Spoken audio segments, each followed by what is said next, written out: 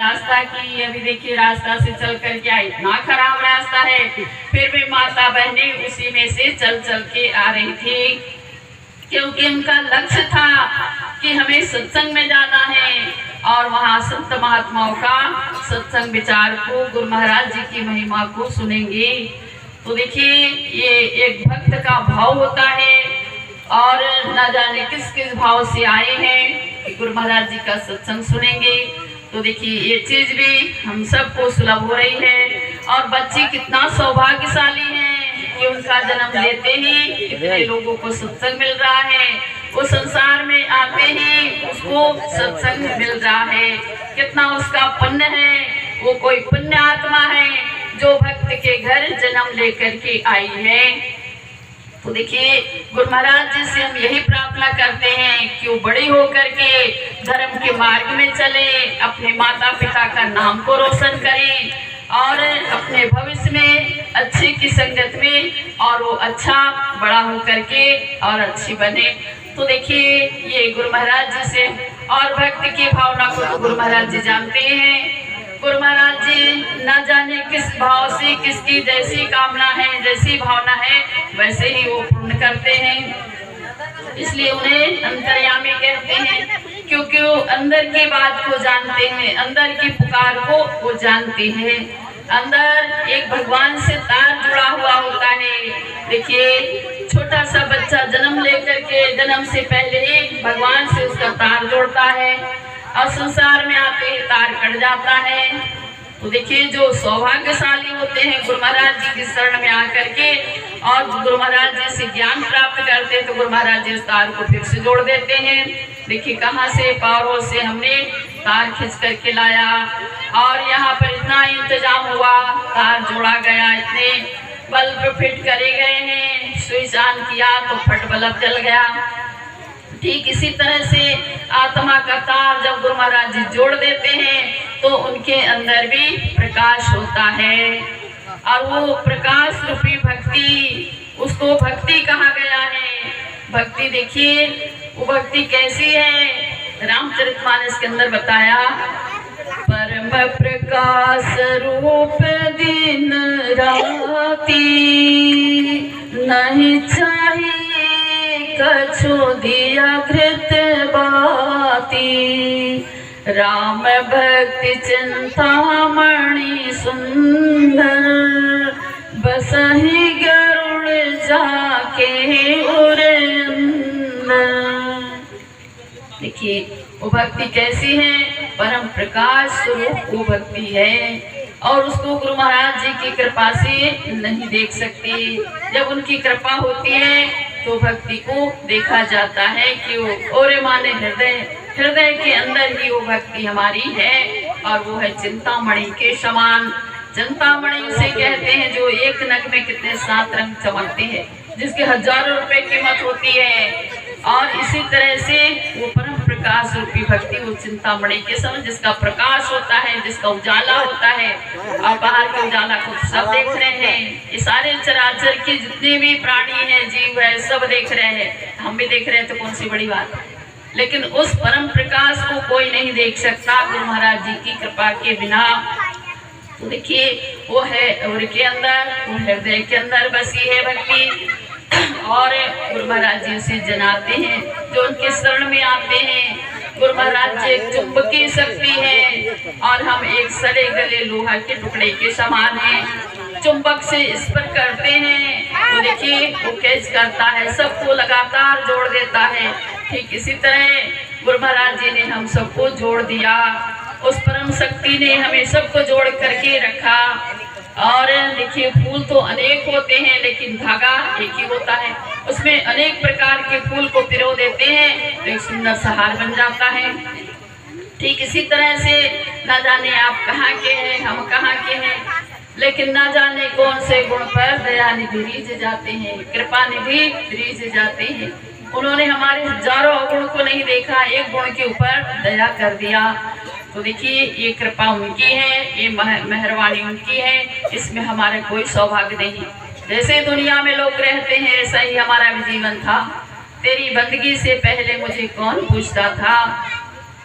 और देखिए जब गुरु महाराज जी से हम जुड़े तो कितना सम्मान मिलता है, कितना आदर भाव मिलता है। किसके पीछे? गुरु महाराज जी के पीछे। कहीं भी जाते हैं प्रेमी का इतना आदर भाव होता है और इतना उनको सम्मान मिलता है। तो देखिए ये सब कृपा। और रिश्तेदार के घर पर आए, किसी के घर भी जाएंगे तो भाई एक दिन तो अच्छा कर देंगे आदर भाव, दूसरे दिन कहेंगे कि चले जाते तो अच्छा रहता। बहुत दिन हो गए, कब तक सेवा खातिरी करेंगे, ये नहीं है, वो नहीं है, ये नहीं है। प्रेमी लोग देखिए अपने बच्चे को नहीं खिलाते होंगे, पुड़ी बना करके, खीर बना करके, पकौड़ी लेकिन साधु संत जाते हैं तो कितना आदर भाव होता है। तो ये सब गुरु महाराज जी की कृपा से होता है। हम इस योग नहीं थे, ये सब उनकी दया है, उनकी कृपा है।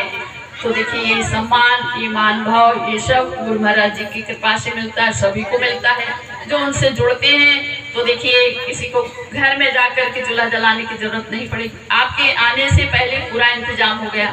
चकाचक भंडारा मिलेगा, पूड़ी पकौड़ी जो भी भाई लोगों ने इंतजाम किया है, तो ये सब देखिए गुरु महाराज जी आपके आने से पहले इंतजाम कर देते हैं। तो ये कदम उठाने की जरूरत है। भगवान कहते एक कदम बढ़ाओगे तो मैं तुम्हारे लिए 100 कदम बढ़ता हूँ, 100 कदम बढ़ा करके मैं तुम्हें अपनाता हूँ।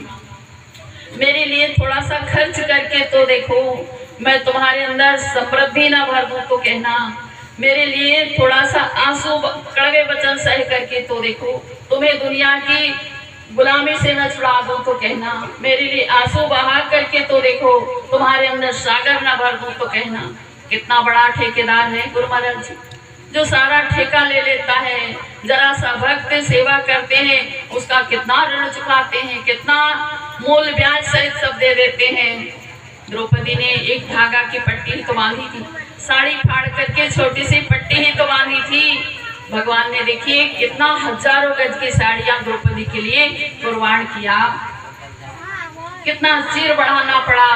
तो देखिए ये सत्संग तो एक बहाना ही है गुरु महाराज जी से जुड़ने का, और ये सब बड़ा सौभाग्य है कि हम गुरु महाराज जी से जुड़े हैं और ये कृपा।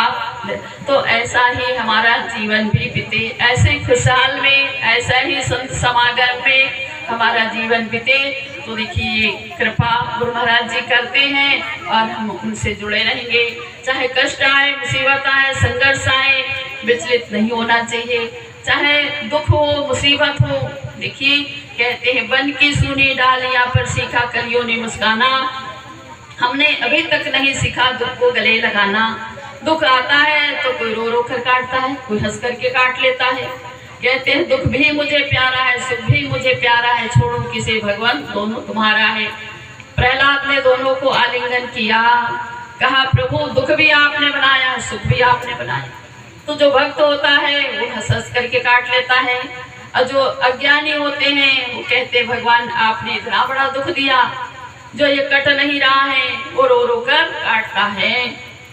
तो देखिए जब हम गुरु महाराज जी से जुड़ दिए तो विपत्ति कष्ट भी आता है तो ना जाने कैसा खत्म हो जाता है। गुरु दरबार की सेवा करने से एक दृष्टांत आता है, हमने कई बार सुनाया होगा सत्संग के बीच में। एक जगह दो मित्र थे, दोनों मित्र बड़े प्रेम से रहते थे और दिन जैसा निकलता था, दिन की शुरुआत में अपनी दिनचर्या वो दोनों एक साथ ही करते थे, कहीं भी जाते थे एक साथ जाते थे। लेकिन दोनों की दिनचर्या अलग अलग थी, एक सत्संग में जाता था और एक जुआ खेलने जाता था। लेकिन उन्होंने एक ऐसा नियम बनाया था कि घर से जाते थे दोनों साथ में जाते थे और उधर से लौटते थे अपने अपने काम से तो साथ में ही लौटते थे। अगर कोई पहले आ जाता था तो दूसरे का इंतजार करता था। तो एक दिन जुआरी सबसे पहले लौट गया, अब वो अपना मित्र का इंतजार कर रहा है। इंतजार करते करते बहुत देर हो गई, उसको लगा गाछ के नीचे बैठा था, एक लकड़ी का कुदाल बना करके जमीन खोदने लगा। अब खोदते खोदते बड़ा गहरा सा कर लिया, उसमें से एक घड़ा निकला। घड़ा को ऊपर निकाला, पलट करके देखा तो एक स्वर्ण मुद्रिका मिली। बड़ा खुश हो गया कि देखो आज भगवान ने मुझे एक स्वर्ण मुद्रिका दिया। अब थोड़ी देर में मित्र आ रहा है, मित्र के पैर में पट्टी बंधी है, उसका पैर खून से लथपथा रहा है। अब पास में आया तो कहता है, मित्र क्या हो गया, पैर में पट्टी क्यों बांधा है? कहता है कि पैर में कांटा उलझ गया था, खून निकल रहा है, दर्द हो रहा है, पट्टी बांध लिया। कहता है कि देखो तुम तो रोज रोज सत्संग में जाते हैं, फिर भी तुम्हारे पैर में कांटा उलझ गया, और मैं रोज रोज जुआ खेलने जाता हूँ, फिर भी भगवान ने मुझे स्वर्ण मुद्रिका दिया। अब वो कहता है बात तो सही है, ठीक है, ये बात कल मैं अपने गुरु महाराज जी से पूछ लूंगा। अब दूसरे दिन फिर अपने दिनचर्या में जाते हैं, तो सबसे पहले सेवा करता है, गुरु महाराज जी का दर्शन करता है, और दरबार की सेवा करके गुरु महाराज सत्संग सुन करके, और फिर अंत में पूछता है कि गुरुदेव हम दो प्रेमी हैं, दो मित्र हैं, हम दोनों में बड़ा प्रेम है। एक मेरा मित्र जुआ खेलने जाता है और मैं रोज रोज सत्संग में आता हूँ, फिर भी मेरे पैर में कांटा उलझ गया और मेरे मित्र को एक स्वर्ण मुद्रिका मिली।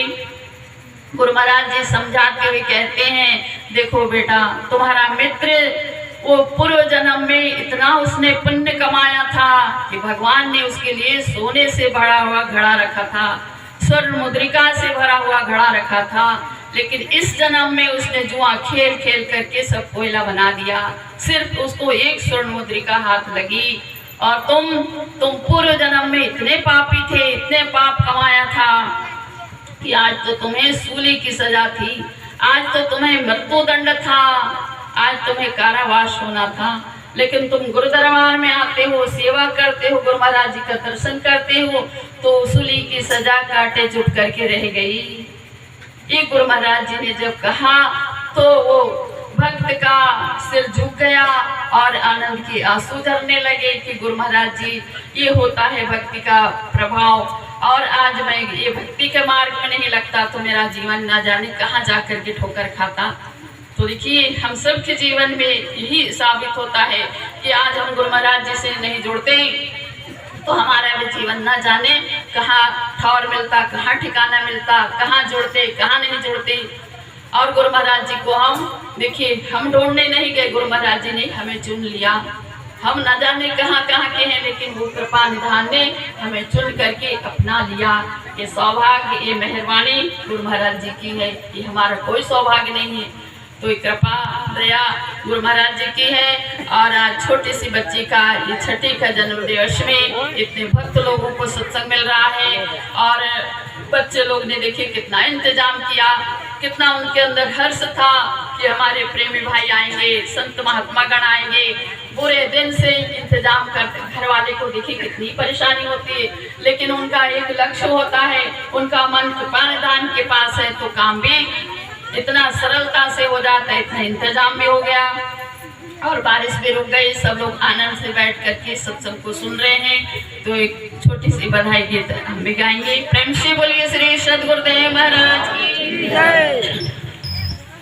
फूलों की छाई है बहार, बधाई होए, फूलों की छाई है बहार, बधाई होए, जमुना में छाई है बहार, बधाई होए, जमुना में छाई है बहार, बधाई होए, सतगुरु की हो रे जय जयकार, बधाई होए, सतगुरु की हो रे जय जयकार, बधाई होए,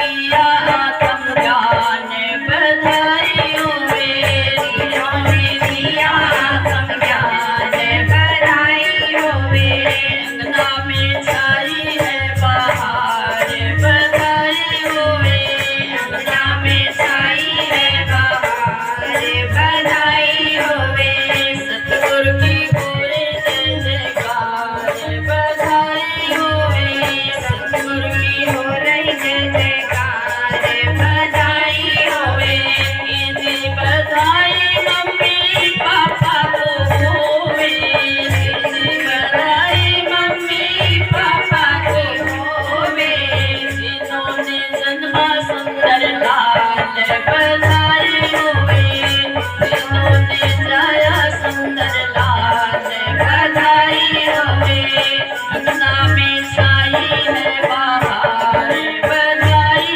होवे अंगना में छाई है बहार बधाई होवे सतगुरु की हो रही जय जयकार बधाई होवे सतगुरु की हो रही जय जयकार बधाई होवे चौथी बधाई साधु संगत की होवे चौथी बधाई साधु संगत की होवे चौथी बधाई सब भक्तों की होवे चौथी बधाई सारे संगत की होवे जिन्होंने गाया मंगल चार बधाई होवे जिन्होंने गाया मंगल चार बधाई होवे अंगना में छाई है बहार बधाई होवे अंगना में छाई है बहार